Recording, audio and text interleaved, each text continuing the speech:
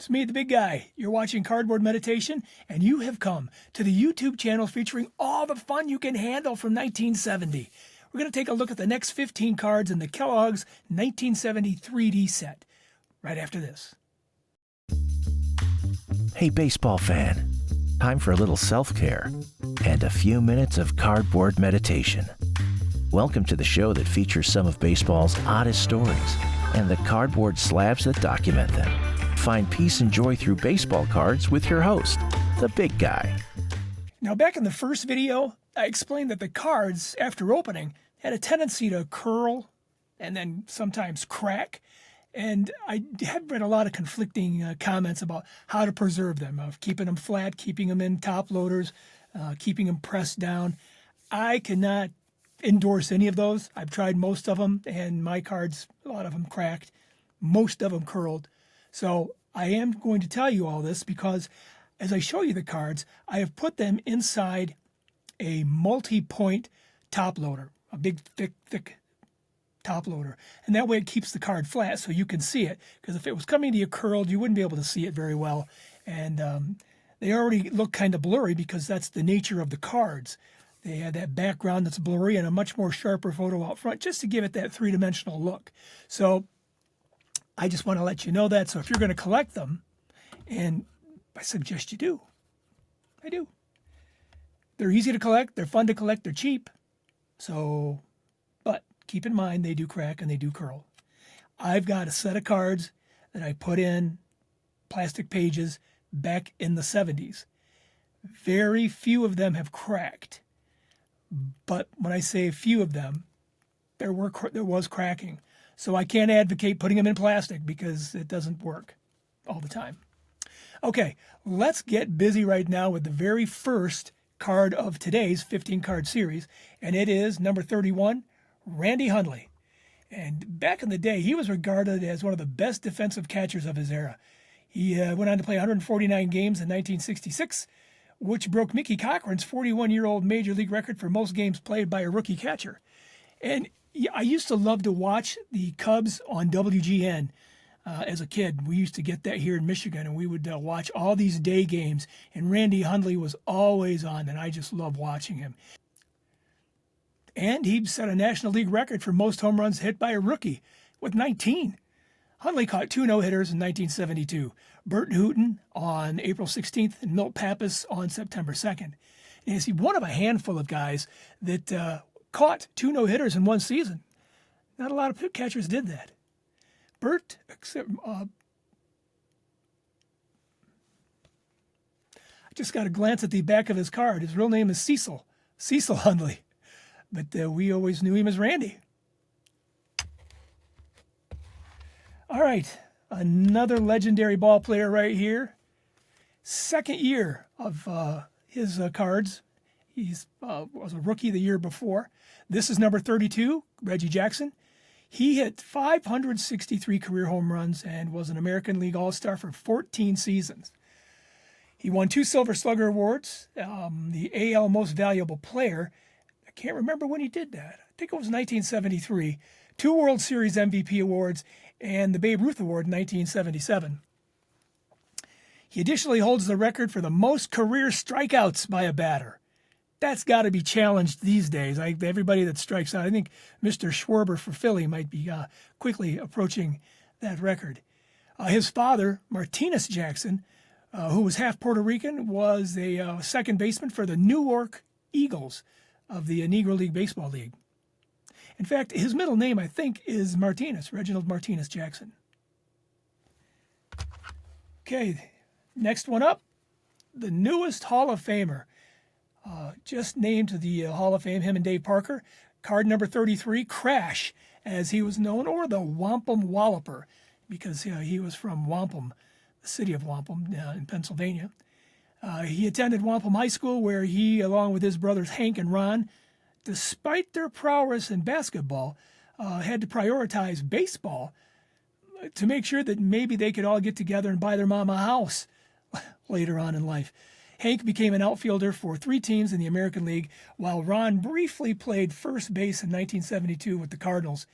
Dick was scouted by the Phillies scout Jack Ogden, who convinced the team to sign Allen in 1960 for $70,000 bonus. For a $70,000 bonus. It's a beautiful card.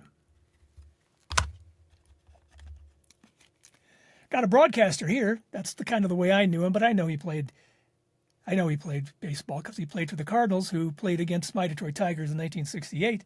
This is number 34, Tim McCarver. McCarver became the 18th player in the league to play 4 decades. That is an amazing stat. And after his playing career, like I was saying, he became that television color commentator, most notably for Fox Sports. And he did previous stints with other broadcast networks. He eventually set another record, by calling 23 World Series games, as well as 20 All-Star games, earning 3 Emmy Awards in the process. In 2012, McCarver was named the Ford Frick Award recipient and was inducted into the Sports Broadcasting Hall of Fame in 2016 and the St. Louis Cardinals Hall of Fame in 2017. He just passed away in February of 2023. I remember listening to him broadcast for years. It doesn't seem normal or natural without him. Now, here's a guy you might not have ever heard of. He was kind of a little unknown. He played a little bit in the 60s, I think, but definitely in the 70s. This is card number 35, Ray Culp. Now, as a rookie, he made the 1963 NL All-Star squad, and he went on to retire Al Kaline in that game, Frank Malzone, and Carl Yastrzemski between a Leon Wagner single. It was a scoreless 5th inning of the senior circuit's 5-3 victory. He was named the National League's Rookie Pitcher of the Year by the Sporting News. Here it is, Jim Fregosi, card number 36 in the 1970 Kellogg's 3D set. He was the most productive and popular player for the new LA Angels franchise. Now, for the first 11 years of play and an 18-year career, Fregosi batted .265, had 1,726 hits, 151 home runs, 844 runs, 706 RBI, 264 doubles, 78 triples, 76 stolen bases. That's a great career. And he was the last player to retire who was a member of that original Los Angeles Angels team. But he did return as the manager and guiding the Angels to their first ever postseason appearance in 1979. Another Hall of Famer right here. This is card number 37, Billy Williams for the Cubs. This Hall of Famer never experienced overt racial discrimination until his 1959 promotion to the Class AA San Antonio Missions in San Antonio, Texas. He was so discouraged after playing down there that he left the team and he went home. Now, Buck O'Neill, the Hall of Famer for the Negro Leagues, who was the scout who had originally discovered Williams, was told to go get him, go down to Whistler, Alabama, and get him back. That's what he did. He persuaded Williams to return to the team. It's a good thing. It's a good thing he came back because he finished his career with 2,488 games over 18 seasons, .290 batting average, 2,711 hits, 9,350 at-bats, 1,410 runs, 434 doubles, 88 triples, and 426 home runs. He even had 90 stolen bases career-wise. He was a great ball player. We would have missed him if he never came back. Next guy's got one of the greatest baseball nicknames. There's some other ones, but I like this one a lot. It's one of the best, top 5 as far as I'm concerned. This is Blue Moon Odom. Johnny Odom was nicknamed Blue Moon in school by a classmate who, I don't know if this is an insult or just an observation, but who thought Odom's face was round and resembled the moon. Okay, now before the start of the 1972 season, I remember this well, Odom was shot twice while trying to prevent a burglary at his neighbor's house. He did recover. He went on to, that year, win 15 games and lose 6 with a .250 ERA. He also was in that rotation that included Hall of Famer and Cy Young Award winner Catfish Hunter, and 2-time no-hitter throwing Ken Holtzman, and a simultaneous Cy Young and MVP Award winner Vida Blue. The A's just cruised to their second consecutive division title in 1972 thanks to those guys and this guy. All right, we're going to stick with the theme here of the Oakland Athletics. Bert Campaneris, who was card number 39, he was the first player ever to play every position in a game. I know they've done that before, but he was the first. He is the second cousin of former MLB player Jose Cardinal, and he grew up in Cuba. And Campaneris was one of those players to sign with the Major League before the Cuban Revolution, which made emigration extremely rare, so you didn't see a lot of ball players after that time. In July 23rd, 1964, Campaneris was introduced on the air by Monty Moore. He was the announcer for that team, by explaining a promotional gimmick by Charlie O. Finley, where Campy had to ride in from the bullpen on a donkey. They had a mule. The mascot was named Charlie O. I'm not sure if it was the same thing, but it seems a little degrading to me. Legend time again. Right there we go. Number 40, Ernie Banks. He was inducted into the National Baseball Hall of Fame in 1977 in his first year of eligibility. Not everybody gets that kind of treatment.